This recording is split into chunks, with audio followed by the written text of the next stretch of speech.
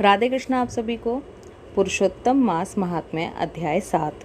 सूत जी कहते हैं कि आप लोगों ने जो प्रश्न मुझसे किया वही प्रश्न नारद जी ने नारायण से किया था, तो जो नारायण जी ने उत्तर दिया वही मैं आप लोगों को सुनाता हूँ।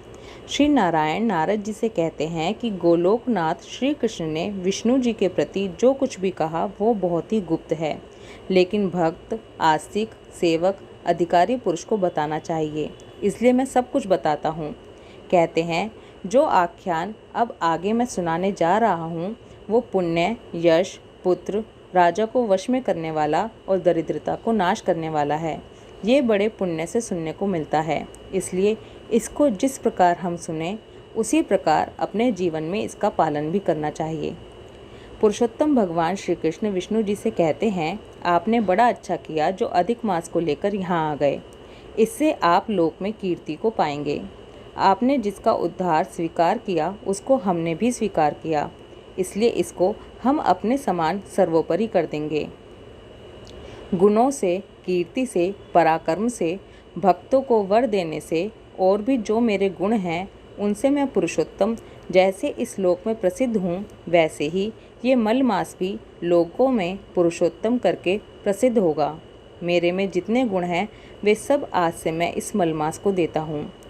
पुरुषोत्तम जो मेरा नाम है वो भी मैं इसको देता हूँ। आज से मैं इस अधिक मास का स्वामी भी हुआ।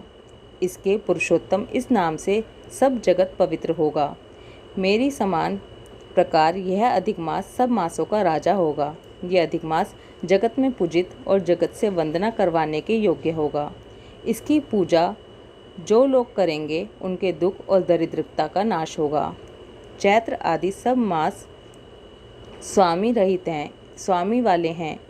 इसको हमने निष्काम किया। इसको हमने अपने समान समस्त प्राणियों को मोक्ष देने वाला बनाया है। जो प्राणी सकाम या निष्काम होकर अधिक मास का पूजन करेगा वह अपने सब कर्मों को भस्म कर निश्चय ही मुझको प्राप्त होगा।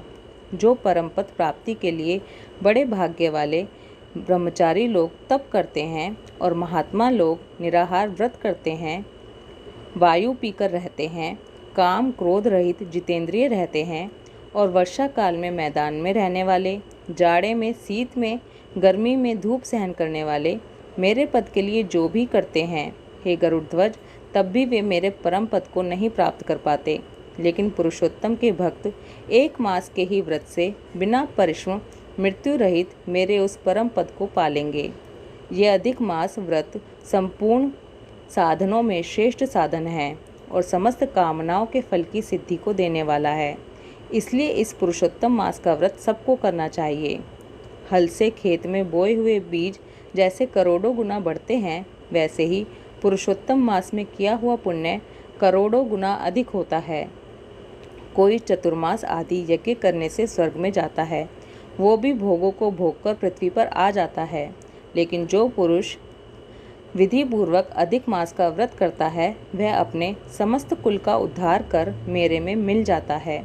मुझे प्राप्त होकर प्राणी पुनः जन्म मृत्यु से युक्त हो आदि व्याधि और जरा से ग्रस्त इस संसार में फिर नहीं आता।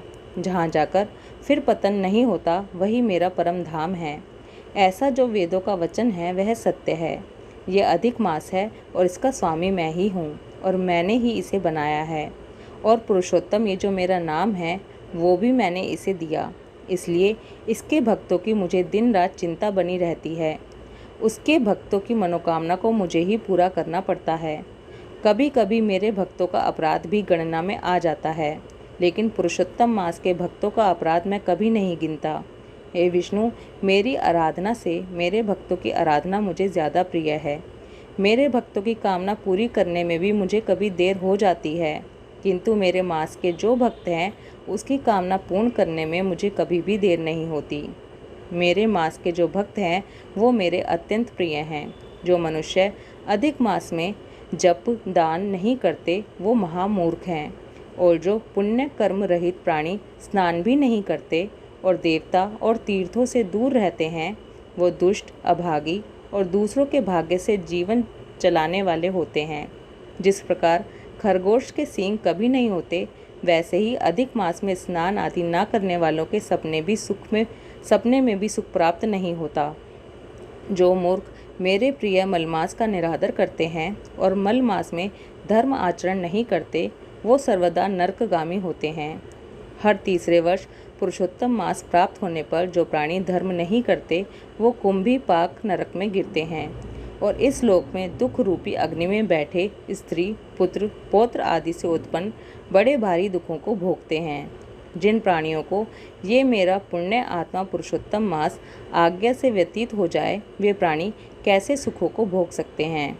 जो भाग्यशाली स्त्रियां सौभाग्य और पुत्र सुख पाने की इच्छा से अधिक मास में स्नान, दान, पूजन आदि करती हैं, उन्हें सौभाग्य, संपूर्ण संपत्ति और पुत्र आदि ये अधिक मास दे देता है।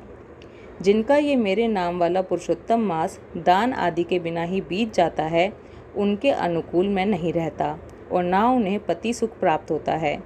भाई पुत्र का सुख तो उन्हें सपने में भी नहीं मिलता। इसलिए सब प्राणियों को अधिक मास में स्नान, पूजा, जप आदि और विशेष करके शक्ति के अनुसार दान अवश्य करना चाहिए। जो मनुष्य इस पुरुषोत्तम मास में भक्ति पूर्वक मेरा पूजन करते हैं, धन, पुत्र और अनेक सुखों को भोगकर पुनः गोलोक के वासी होते हैं। मेरी आज्ञा से सब जने मेरे अधिक मास का पूजन करेंगे।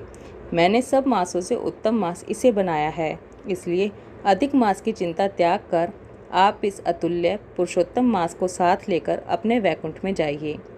इस प्रकार भगवान श्री कृष्ण के मुख से इतने सुंदर वचन सुनकर भगवान विष्णु बहुत प्रसन्न हुए और मल मास को अपने साथ लेकर गरुड़ पर सवार होकर शीघ्र ही वैकुंठ की तरफ चल दिए। पुरुषोत्तम मास महात्म्य अध्याय 7 समाप्त। ओम नमो भगवते वासुदेवाय। राधे कृष्णा।